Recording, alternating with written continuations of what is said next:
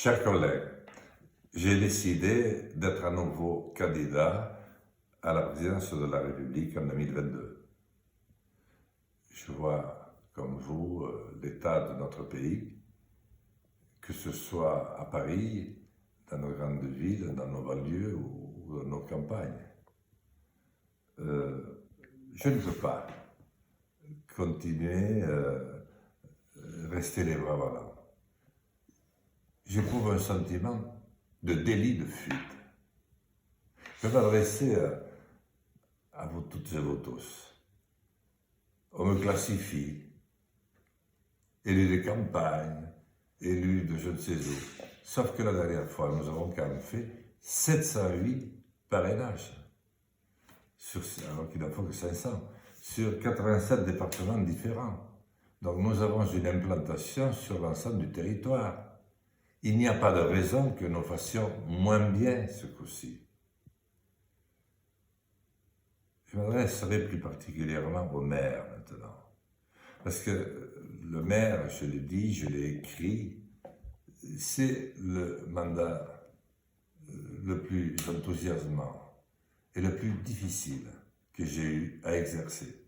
Parce qu'on est au quotidien confronté à des problèmes qui n'ont pas de solution. Regardez maintenant cette fermeture en cascade de postes, de regroupement, d'écoles. Regardez l'état de notre santé, de nos centres hospitaliers, de nos maternités, et maintenant les agences postales. Ça n'allait pas bien avant, parce qu'il n'y avait plus depuis longtemps une thune dans l'espace public. Et vous savez bien, messieurs les maires, madame les maires, que si vous ne pouvez pas aider un petit peu, c'est encore beaucoup plus difficile. Mais vous y parvenez parce que vous rassurez au quotidien. Nous avons besoin de continuer. Et moi, je dois, en votre nom, prolonger le chemin que nous avons déjà ouvert. Mais j'ai besoin de votre parrainage, un parrainage républicain. Ce qui ne veut pas dire que vous me soutenez ou que vous allez voter pour moi. Mais ça veut dire que vous souhaitez que la démocratie au pays des droits de l'homme et des citoyens, où le peuple se déclara souverain, reste intacte alors qu'elle est menacée de toutes parts. Vous voulez par votre parrainage que notre voix se fasse entendre.